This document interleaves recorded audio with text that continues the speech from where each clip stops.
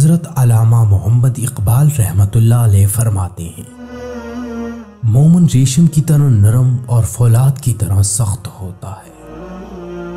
کام میری نگاہ میں ایسا ہی مقدس ہے جیسے عبادت۔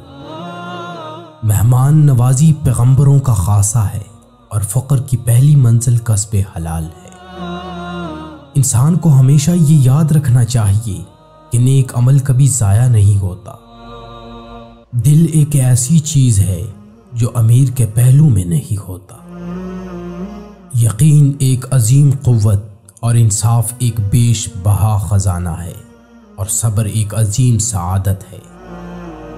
مسلمان کی حقیقی اساس توحید اور ختم نبوت کے عقیدے پر ہے۔ ایک بڑے استاد کی حیثیت سورج کی سی ہے جو اپنی روشنی اور حرارت ہر چیز تک بے کم و کاست پہنچ جاتا ہے۔ انسانی پیدائش کا مقصد تسخیر کائنات ہے۔ غلامی بہت بڑی لعنت ہے اور محکومی بھی۔ عشق رسول دین بھی ہے اور دنیا بھی۔ اس کے بغیر انسان نہ دین کا رہتا ہے اور نہ دنیا کا۔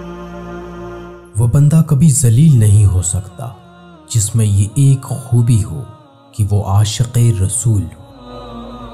جو شخص اپنی عظمت کے گیت گائے وہ کبھی عظیم نہیں بن سکتا۔ زندگی موت کی ابتدا ہے اور موت زندگی کا آغاز۔ قلب کی فطرت ہی ایسی ہے کہ وہ محبت سے رام ہو سکتا ہے، مخالفت اور عداوت سے نہیں۔ علم کی جستجو جس رنگ میں بھی کی جائے عبادت ہی کی ایک شکل ہے۔ تم کامیابی اور ناکامی پر نظر نہ کرو، اپنے مقصد تخلیق کو پہچانو اور جدوجہد کیے جاؤ۔